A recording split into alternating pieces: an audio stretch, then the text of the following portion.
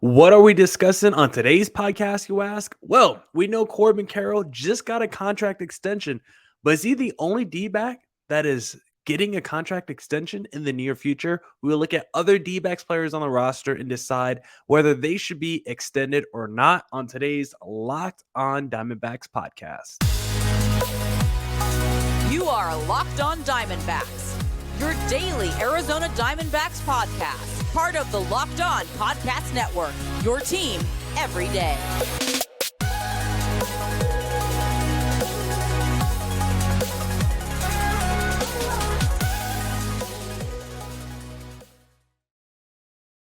Welcome into the Locked On Diamondbacks podcast, part of the Locked On Podcast Network, your team every day. This episode is brought to you by FanDuel Sportsbook, official sportsbook of Locked On. Make every moment more. Visit FanDuel.com/Locked On to get started today.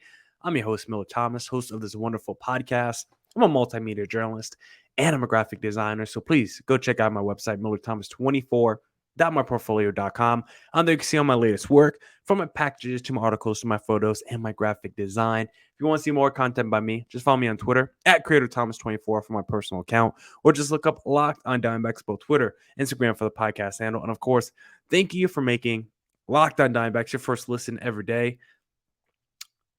I almost forgot what I was going to say for a second. Thank you for making Locked On Diamondbacks your first listen every day. Please continue to spread the message to your friends. I can't do this podcast without you, the sharing, the subscribing. I thank you so much. And please go hit subscribe on the Locked On Diamondbacks YouTube channel. We are closing in on 400 subscribers. I want to hit that before the end of May, so please hit subscribe on there as well. But for today's podcast, Corbin Carroll just got that really nice little 8-year extension, right? But is he the only D-back with an extension coming in his near future?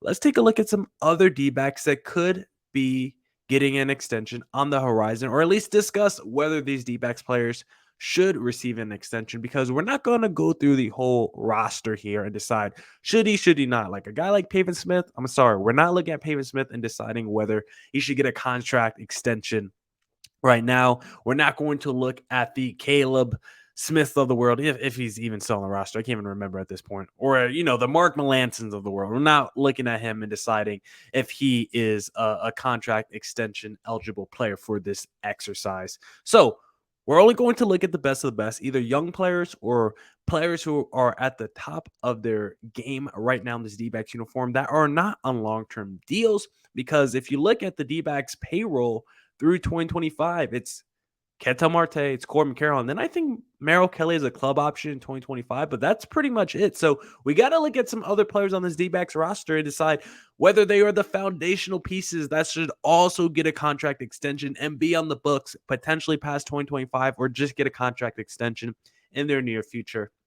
The first guy I want to discuss is Zach Gallen, because this guy is still arbitration eligible for the next 2 years, and he's not eligible for free agency until 2026. So this is someone that is cost controlled and not going to break the bank for the D-backs. And the thing with Zach Gallen is, I love him, of course. Every D-backs fan loves him. One of the most underrated pitchers in baseball. Had one of the craziest streaks last year of no earned runs, right? It was like 40 straight innings of no earned runs. Like, Zach Gallen was a beast last year. I think he led the league in whip and hits per nine. Like, he had a fantastic season last year. But should the D-backs give him a long-term contract extension right now? Well, that depends on what you think a long-term contract extension looks like. Because if you're telling me, should the D-backs offer Gallen a 5-year deal right now and just pay for his best years, because Gallen, I think he's going to be like 28 this year, give him a 5-year deal that pays him till he's about 33, I would be down to do that. Because the thing with pitchers is, there's a long history of them being major risk and volatile players, and they don't really work out when you give them long-term deals. So my issue is, if we did just roll through arbitration, right? He's going to be cost controlled. He's going to be pretty cheap the next 2 years. You could do that. Run Gallen through arbitration, and then at the end of that final season when he's in arbitration, you could then try offer him a contract extension. But do you want to be paying Gallen as he's entering his early 30s a massive deal?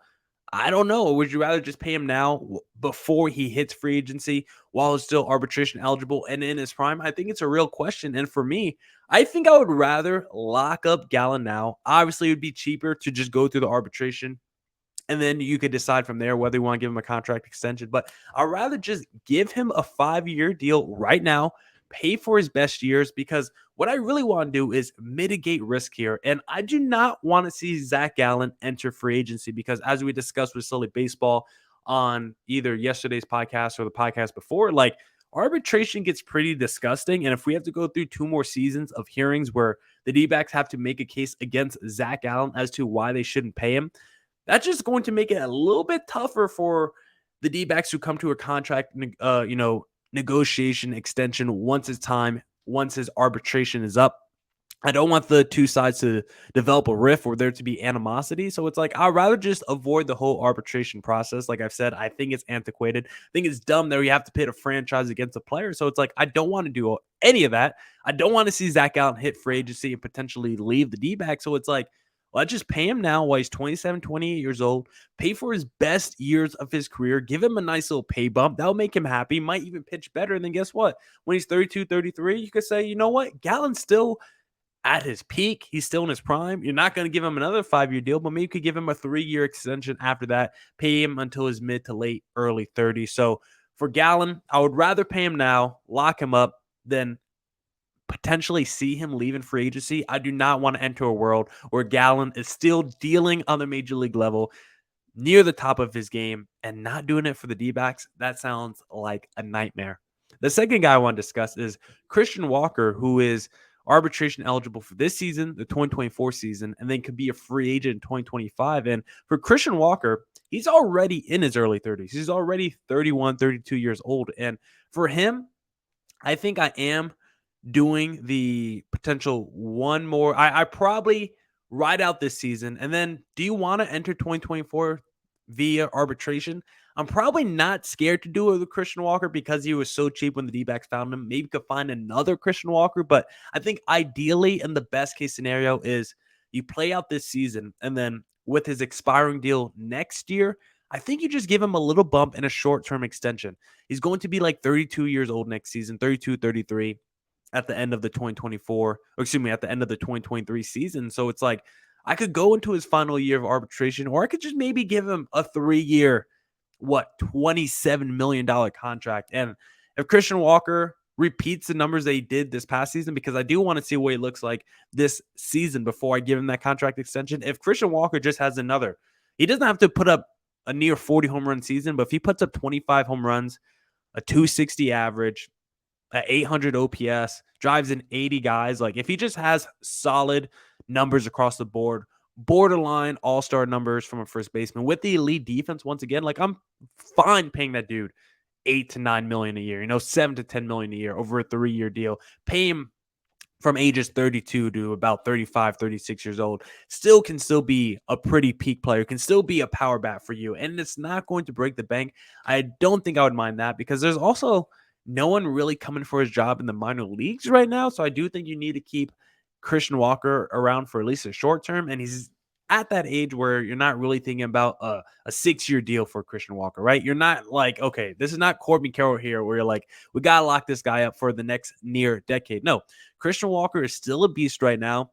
He is someone that kind of broke into Major League Baseball and started getting going later in his career. Like, he kind of had a breakout season like around 27, 28 years old. So this is kind of like a Merrill Kelly-esque player in terms of coming into baseball late, at least on the major league level, and really hitting your stride later in your career. Merrill Kelly's basically 4th or 5th year player in Major League Baseball. I think 5th year at this point. Christian Walker's like a 5th year player as well. But in terms of mileage on his body and legs, he's still super fresh.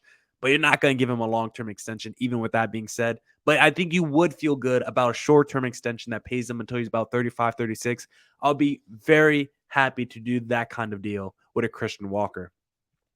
And if you think the D-backs are going to give out more contract extensions to their players, if that's something you want to bet on, well, the best place to place your bets is FanDuel Sportsbook, because the NBA season is almost wrapping up, but still the perfect time to download FanDuel, America's #1 sportsbook, because after the NBA regular season, it's time for the playoffs. And guess what? New customers get a no-sweat first bet up to $1,000. That's bonus bets back if your first bet doesn't win. Just download the FanDuel Sportsbook app. It's safe, It's secure and super easy to use. You can bet on everything from the money line to point scores and threes drained. Plus, FanDuel even lets you combine your bets for a chance at a bigger payout with a same game parlay. That is my favorite thing to do. Guess what? Whenever the Lakers are playing, LeBron's not in right now, but Anthony Davis is still healthy. He's still rocking. I take 80, 25 points, 80, 10 rebounds. And now that we have D'Angelo Russell, give me D'Lo, 3 threes. Lakers win. It hits about a third of the time, but when it does, I feel really good about myself. So don't miss the chance to get your no sweat first bet up to $1,000 in bonus bets when you go to FanDuel.com/lockedon. That's FanDuel.com/lockedon to learn more. Make every moment more at FanDuel, an official sports betting partner of the NBA. All right. Welcome back into the Locked on Diamondbacks podcast. Excuse me. And let's look at some more D-backs players that maybe should be eligible for a contract extension, maybe deserve a contract extension. Maybe it's just better off letting them go through arbitration, because the next guy I want to discuss is Josh Rojas, who's in arbitration eligible, won't be a free agent until 2027. And I want to say off the top of my head, Josh Rojas is going to be like 28 years old. I forgot to look that number up. So he's still 27, 28 years old, I want to say. So Josh Rojas is still relatively young I want to get his age right though, in still the prime years of his career, right? So you're not too worried about him getting old. He's 28 right now, turns 29 on June 30th. So for Josh Rojas, is not really someone with that long-term upside of, like, when you look at the Corbin Carroll, 22 years old, the way we project him out. Yeah, you feel good about him getting an 8-year deal. For Josh Rojas, turning 29 this year, he probably is what he is at this point of his career. And I like Josh Rojas a lot. I think he's a pretty good player. I think he's a very solid major league player. He was kind of the throw-in piece, as I like to say, from that Zach Greinke deal, because the D-backs got back 3 of the top 5 prospects in the Astros organization. I think Josh Rojas was like number 22, and he's been by far and away the best player from that deal. He's turned himself into a little speedster, 19 stolen bases last year, can play multiple positions. Josh Rojas, I think, is a very valuable part to this D-backs franchise, but considering he's arbitration eligible until like 2027, I think I'm just going to ride this one out with Josh Rojas, because you get to have all his best years, cost controlled, cheap, 29, 30, 31. You basically don't have to pay for any of those years. I think even 32. And it's like, why would I rush to give Josh Rojas a contract extension when I'm probably going to be paying him less just through arbitration? So as it currently stands, I don't think he's one that I would give a contract extension to. I love Josh Rojas, but he's still cost controlled for so many more years. And unless he pops in a real way, and I think we're starting to see he's also, unless he pops in a real way, and I wouldn't hold it against Josh Rojas, because he's blown away my expectations every single season. He's been with the D-backs, gotten a little bit better every single year. So if he continues on this trajectory and linear course, then yeah, maybe he forces our hand and we say, you know what, this guy has turned himself into like an all-star level player. We have to give this guy a contract extension. If we get to that point, then yeah, we'll have that conversation. But as it currently stands, I think he's a really good, solid, stable player. Can be a veteran on this team as the team starts to age. But I don't think I'm rushing to give him a contract extension. He's a solid player, but he's not an all-star player. If he turns into an all-star player, then I think we have to lock him up. But as it currently stands, I get to basically have a guy in his prime for the cheap.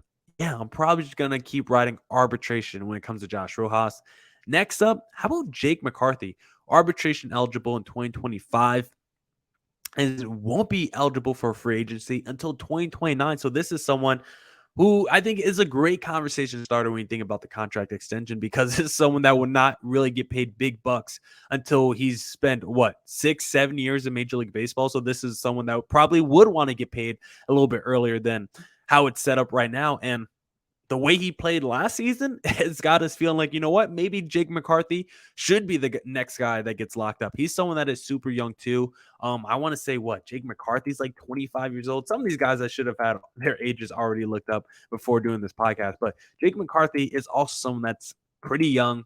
He's listed at 25 years old right here. July 30th is his birthday. That's when he turns 26. So he's still someone with that long-term upside, but I think I want a full season, maybe 2 out of Jake McCarthy, but definitely a full season. We did get a pretty good sample size last year from him. What did he play? Like 90 games last year. Looked really good. Second half of the season, like you can make the strong argument post All-Star break, maybe Jake McCarthy was the best player for the D-backs organization. Like there was a solid 2-month period where he was carrying this offense, and I don't think he's that version. I don't think he's that good, but if Jake McCarthy is like a 290 guy that could steal 40 bases and just be such a table setter at the top of your lineup, scoring runs, wreaking havoc, new rules, stealing a whole bunch of bases, going first or third on those singles to right field. Like if he could do all that, be a borderline all-star, maybe we have a conversation of giving him a contract extension because he's still super young. And if after a full year, another full season, I would be down of maybe give him a contract extension when he's age 26. If he did show me after another season in Major League, you know what, this guy is legit and this should be a building block, a pillar player, I wouldn't be upset at all if we gave him a contract extension. I think I would just want to care about the money. A guy like Michael Harris got, I think, 8 years, $72 million. Someone like Luis Robert of the Chicago White Sox, I think, got like 6 for 43. Maybe that was Eloy Jimenez. Like if he somewhere falls in that range, where we're giving him like 6-7 million a year over like a 5-6 year period from ages 26 to 31 for Jake McCarthy, I would feel really good about that. If that's after, this past season, 2023, and last year, I don't know how many games that would be. If that's 230 games that we've seen of Jake McCarthy where he looks like legit bad at the plate, legit speedster, still needs to work on his defensive, capabilities, but just can wreak havoc on the bases for you. And in turns, that creates more run scoring opportunities. If all that becomes true with Jake McCarthy, I would not mind at all giving him a little contract extension next season, but I do want to see another full season 2023. And I don't think he's the kind of guy that breaks the bank for you. I think it would have to be like a Michael Harris, Luis Robert, Eloy Jimenez type deal for Jake McCarthy.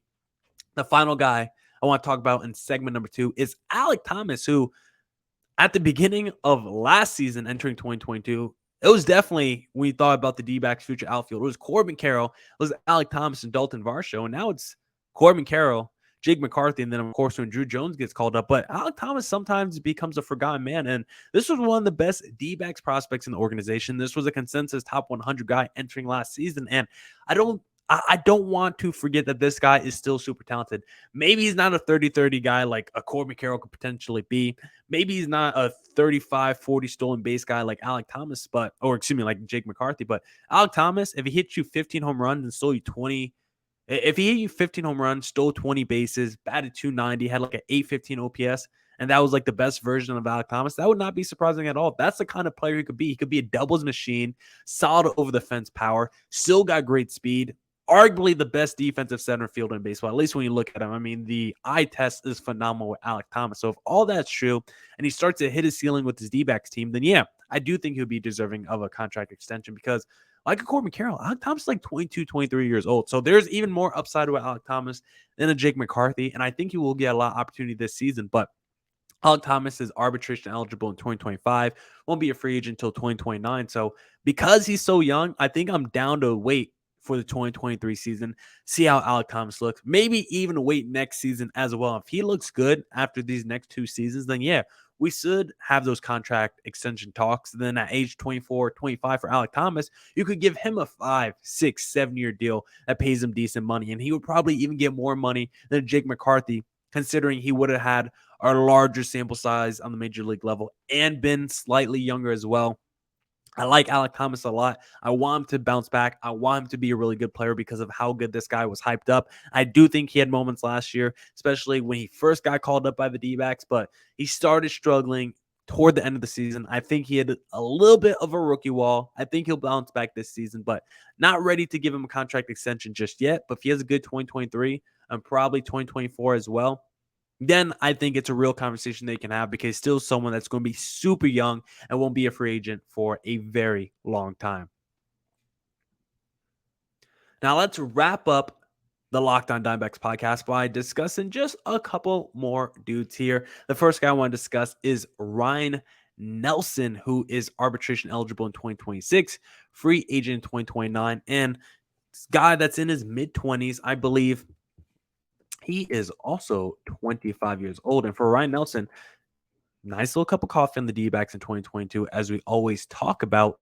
Going to be in competition all spring training for that number 5 spot in the D-backs rotation. Currently, I think number 3 in the power rankings for that number 5 spot behind Dre Jameson and even Brandon Fatt. I think you can make the argument. That's the argument I made on yesterday's podcast. But this is someone that's 25 years old, and because he's arbitration eligible, he's not going to be arbitration eligible until 2026, free agent until 2029. So you got this guy for another 6 years, cost controlled all through his 20s. Like, for pitchers, I think that's the best thing you could do. Just ride out the arbitration, ride out their rookie contracts. And then once they turn 30, you could decide if you want to give them another deal, because that's where it really starts to get risk for pitchers is age 30 on. There's so many pitchers that are just not good past the age of 30, or maybe they're still good, but the injuries take a toll. They don't pitch as much as you want, or maybe they're just good on that first half of the deal and they really start to fall off on the back half.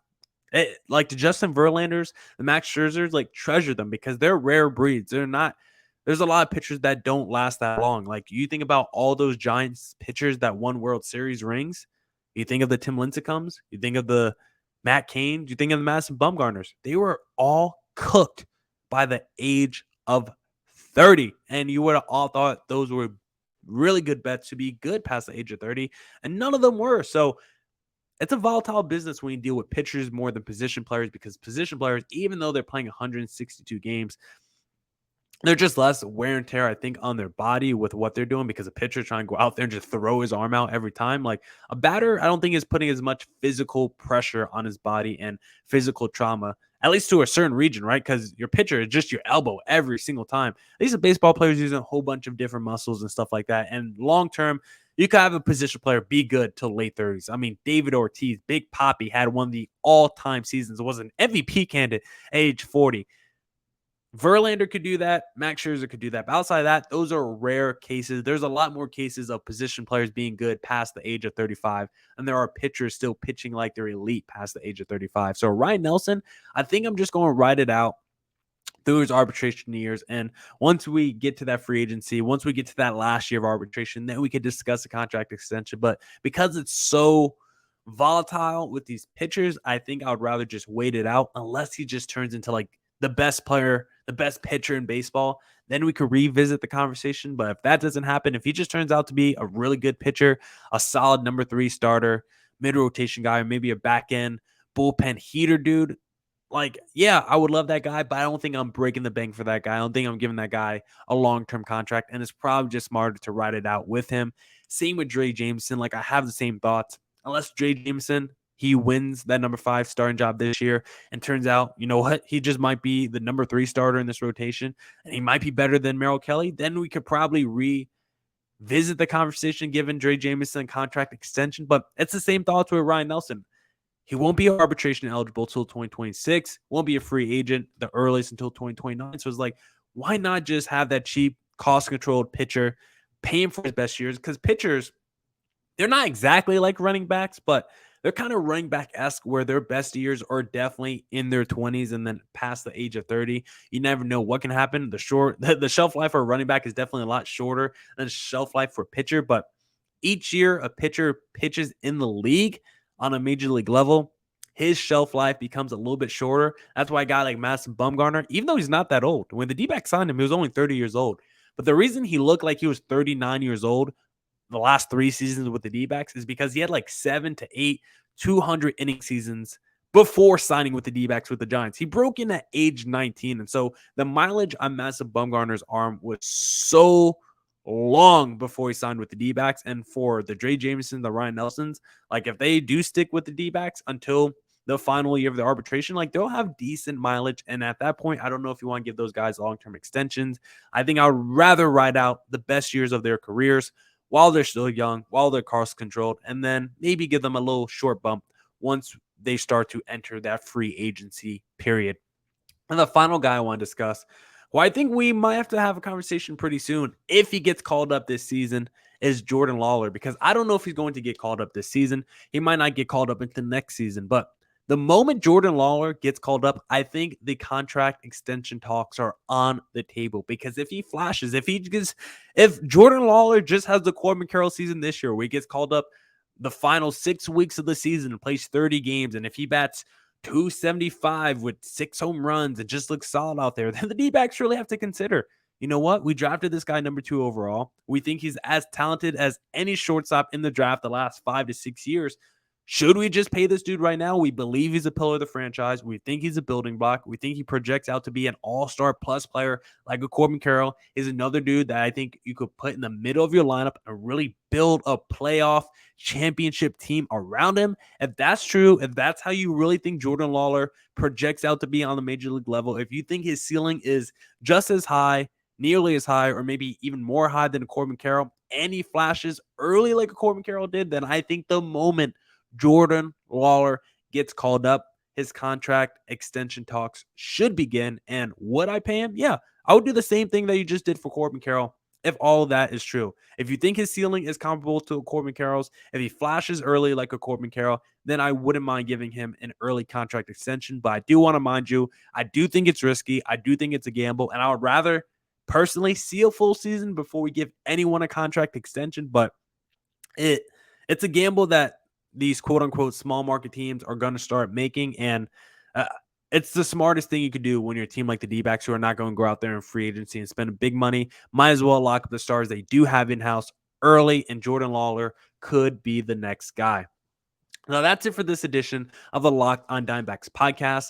Come back tomorrow for more Diamondbacks news coverage and insight. Thank you for making Locked on Diamondbacks your first listen every day. Make your second listen of the day. The Locked on Fantasy Baseball podcast with Matt and Dom, who will keep you up to date all season long with fantasy draft, news, strategies, analysis, whatever you need for the fantasy season. Thank you for making Locked on Diamondbacks your first listen every day. I already said that already, but I had to say it again. Come back tomorrow. More Diamondbacks news coverage and insight. I love to say everything twice. And as always, stay safe, stay healthy. Deuces.